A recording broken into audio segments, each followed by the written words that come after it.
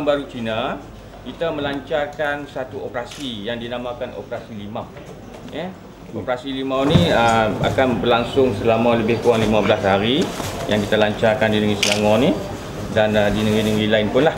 Jadi ekoran daripada itu, pihak Polis Kontijen Selangor telah keluar untuk mencari maklumat, dan hasilnya semasa kita membuat mencari risikan tadi, kita dah berjumpa sebuah tempat yang beginilah.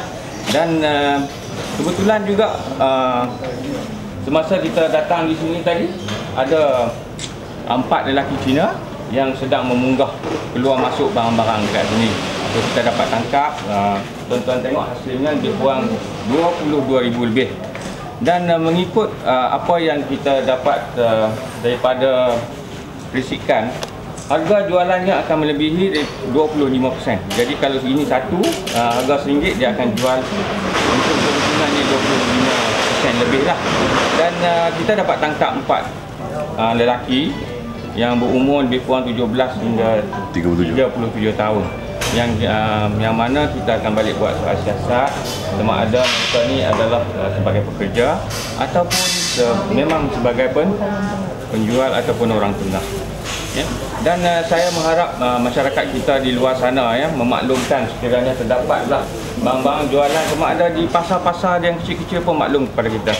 Kalau tuan-tuan tengok di sini macam mana stor simpanannya, bekalan elektrik telah dipotong, semuanya tak ada. Panas kalau meletup, masyarakat akan menerima akibat. Pasar tak boleh di sebelah sini, tuan-tuan tengok. Kan, kalau ikutkan daripada risikan, macam ni datang daripada mana? Adakah di jalan darat atau jalan? Kalau kita tengok di sini made in China. Made in China, dan kita masih dalam siasatan lah sama ada dia mengambil daripada orang yang lain atau dia direct ataupun orang tengah lah. Dah berapa lama tuan diorang sewa tempat ni? Kita dapat maklumat lebih kurang seminggu lah. Minggu. Kalau tindakan yang diambil adakah pada penyewanya atau macam mana?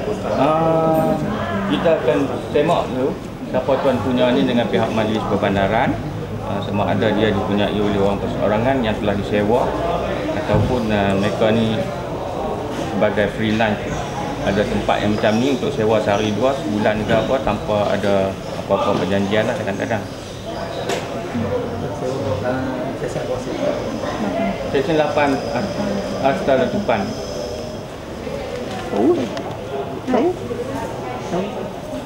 Tak. Okey. Ini dia Tuan Sobri punya geng tu. Saya dah bagi tahu datang SI. Okey.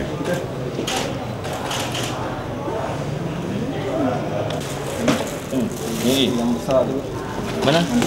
Ini yang boleh naik apa? Dia tengok mengishing ni. KLCC. KLCC mana ni?